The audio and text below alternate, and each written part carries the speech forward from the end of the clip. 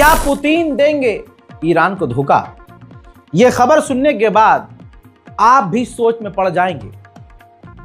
दोस्तों, जब यह रिपोर्ट कंफर्म होती है कि रूस ने फाइटर जेट ईरान को दे दिए हैं, तो आपको बता दूं कि पुतिन को खुद नेतन्याहू ने फोन किया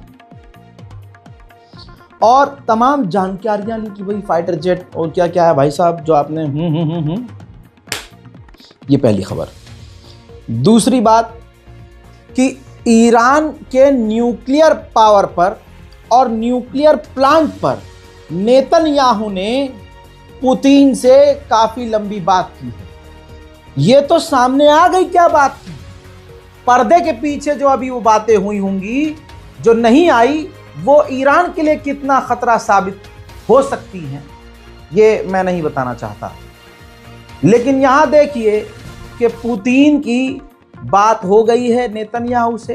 नेतन्याहू का पुतिन से सारी जानकारी लेना इस बात की दलील है कि नेतन्याहू डर में है, इजराइल को डर है। रशिया की ईमानदारी पर कम से कम मैं नहीं बोलता भाई, अब मुझे तो थोड़ा सा डाइसी सा लगता है। लेकिन बात करें चाइना की, तो चाइना अभी भी ईरान से तेल ले रहा है पाबंदियों के बावजूद। अच्छा, वो पाबंदियों से बच कैसे रहा है? वो ईरान से अब कैश नहीं ले रहा है, ईरान से तेल ले रहा है। तेल के बदले जितनी कीमत बन रही है उतने का वो सामान चाइना ईरान को दे रहा है या ईरान की कंपनियों में इन्वेस्ट कर रहा है। इस माहौल में ईरान की बल्ले बल्ले हो गई है। ईरान ने ऐलान किया है कि हमें 243 बिलियन क्यूबिक मीटर का ऑयल रिजर्व मिला है। इससे ईरान की बड़ी मुश्किलें आसान हो सकती हैं हजरात। ईरान कई मुद्दों पर अब नरमी भी बरत रहा है। ईरान ने एक जासूस, फ्रांसीसी जासूस को 12 डेज वॉर के दौरान पकड़ा था। इस पर इल्जाम यह था कि ये इजराइल के लिए जासूसी कर रहा था, लेकिन एक तरह से फास्ट ट्रैक कोर्ट में सुनवाई करके आज उस फ्रांसीसी नौजवान को बाइज्जत ईरान ने बरी कर दिया है। नेतन्याहू का खेल शुरू हो गया यार। अब तो हंसी आती है कि इनके पास कुछ नया नहीं है। जब ईरान के ऊपर अमेरिका, इजराइल ने हमला किया तो उससे पहले इसी नेतन्याहू और कुछ नेताओं ने हवा बनाई कि अमेरिका तक ईरान हमला करने के लिए लॉन्ग रेंज की मिसाइलें बना रहा है। नेतन्याहू ने यूएन के अंदर चिंघाड़ा कि अरे ईरान परमाणु बना रहा है, वो 7 दिन में परमाणु बना लेगा। कभी कहा कि 10 दिन में, कभी कहा 3 दिन में परमाणु बना लेगा। अब नेतन्याहू का वही डर्टी गेम शुरू हो गया है। नेतन्याहू ने क्लेम किया है कि ईरान ICBM बना रहा है, एक ऐसी मिसाइल जिसकी रेंज 8000 किलोमीटर है। और उसकी रेंज इसलिए ज्यादा चाहता है, ICBM बना इसलिए रहा है ईरान ताकि उसकी मारक क्षमता यानी उसके हाथ, उसकी मिसाइल अमेरिका के न्यूयॉर्क और वॉशिंगटन तक पहुंच जाए। देखिए इसका प्रोपेगेंडा, और याद रखिएगा ये प्रोपेगेंडा है। Iran is developing now ballistic missiles that are intercontinental ballistic missiles for 8,000 kilometer range. What does that mean? They add another 3,000 kilometers and they've got under their gun, under their atomic guns, New York City in target, Washington, Boston, Miami, Mar-a-Lago. Okay? So that is a very great danger. You don't want to be under the nuclear gun of these people who are not necessarily rational and who chant death to America. वहीं मेरे दोस्तों, Israel की media ने बड़ा खुलासा किया है। Intelligence के जरिए कुछ खबरें हासिल करी और उन्होंने छाप दी, और ईरान की इसी ताकत से नेतन्याहू का कच्चा गीला है। रिपोर्ट यह है कि ईरान ने रिवर्स इंजीनियरिंग करके मिनी B2 बना रखा है। मिनी B2 दोस्तों, B2 बॉम्बर दुनिया का सबसे खतरनाक अमेरिका का बॉम्बर है, परमाणु बॉम्बर है। देखने में तस्वीर में दिख रहा है कि बिल्कुल उसी तरह B2 बॉम्बर की तरह है। और कहा गया है कि ये ईरान का एक मिनी B2 ड्रोन है, और आज तक ईरान ने इस ड्रोन को न इंट्रोड्यूस करवाया है न इसका इस्तेमाल किया है। लेकिन ईरान के पास ये इस्तेमाल करने के लिए राजी है, जो कि काफी खतरनाक है। ये मैं नहीं कह रहा हूं, इजराइल का मीडिया बता रहा है। अब ऐसी चीजें जब आएंगी तो ईरान के दुश्मनों के छेद तो टाइट होंगे ही। तो बता दूं कि लंदन के अंदर ईरान की ऑयल कंपनी की बिल्डिंग को ब्रिटेन की गवर्नमेंट ने सील कर दिया है और हवाला दिया है कि यूएन की पाबंदी की वजह से सील की जा रही है। वहीं ईरान के अंदर पार्लियामेंट ने गवर्नमेंट की तरफ से साफ कहा है कि हम अमेरिका से बात नहीं करेंगे अगर वो बात करना नहीं चाह रहा है, और वो करना भी नहीं चाह रहा है। और एक बार फिर से रिपीट किया गया है कि ईरान पर जो हमला हुआ है उसका जिम्मेदार अमेरिका ही है।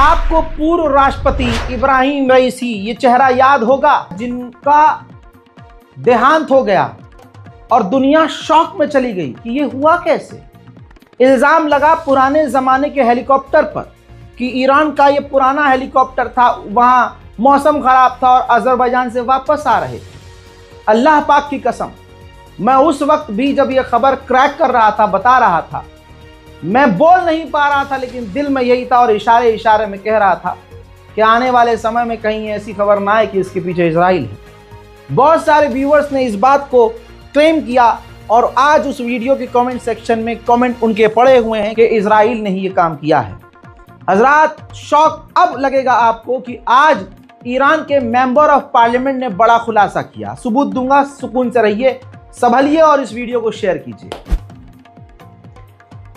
ईरान के पार्लियामेंट के मेंबर ने कहा है कि अजरबैजान के अंदर एक डैम का उद्घाटन होना था और अजरबैजान के राष्ट्रपति इल्हाम अलीयव ने, जो ईरान के पूर्व राष्ट्रपति थे इब्राहिम रईसी, उनको फोर्स किया कि नहीं, इस उद्घाटन में और भी देश हैं लेकिन आपका भी होना ज़रूरी है, आप मेहरबानी करके ज़रूर आइए। इसलिए इब्राहिम रईसी उनके प्रेशर में वहां गए। ध्यान से सुनिएगा, बहुत ठहराव के साथ समझाना चाह रहा हूं। फिर वो क्लेम करते हैं कि हमारे पास कुछ डॉक्यूमेंट्स हैं, कुछ सबूत हमको मिले हैं कि अजरबैजान के राष्ट्रपति ने इस उद्घाटन, इस प्रोग्राम से पहले अमेरिका और इजराइल के ऑफिशियल से मुलाकात की और उनकी एक मुलाकात इजराइल के रब्बीस से हुई, जो इजराइल के धर्मगुरु हैं, बड़े खतरनाक होते हैं, उनसे मुलाकात हुई। फिर एक रिपोर्ट हमारे पास ये भी आई उस दौरान कि ईरान के एक ऑफिशियल का अमेरिका या इजराइल मिलकर कत्ल करने वाले हैं। ये तमाम इनपुट्स थे और उसके बाद और भी चीजें क्लियर हुई हैं। अब सोचिए इब्राहिम रईसी का कातिल कौन है। क्लियर हो रहा है, धीरे धीरे नकाब हट रहा है। अब वो मेंबर ऑफ पार्लियामेंट जो बयान दे रहे हैं, सबूत के तौर पर ये है उनका बयान।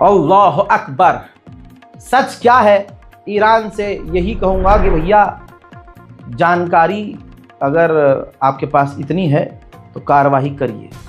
मोहतरम हजरात, बड़ी खबर एक और आई है जस्ट अभी आपकी स्क्रीन पर, ये देखिए सबूत है। ये रूस का एक और कार्गो जहाज कहा जा रहा है कि हथियार लेकर ईरान में उतरा है। ईरान के ऑफिशियली जो प्रवक्ता हैं उन्होंने साफ कहा है कि हम हर उस कदम और इनिशिएटिव को सपोर्ट करते हैं जो कदम जो इनिशिएटिव लिया गया हो गाजा में जंगबंदी के लिए।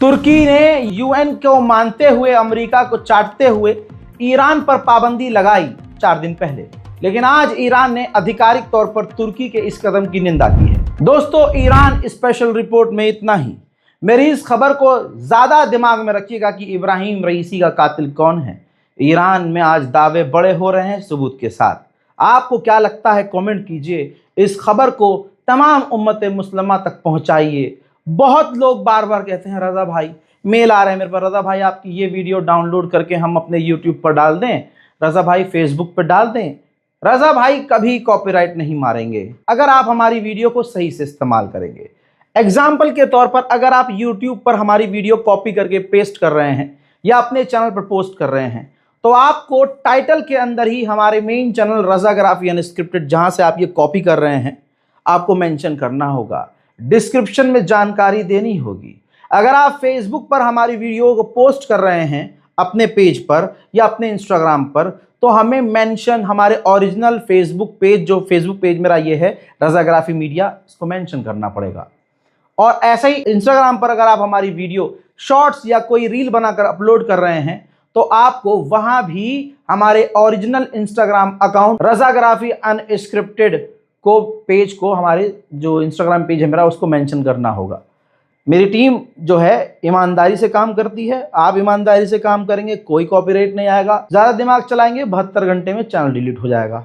आपका जय हिंद।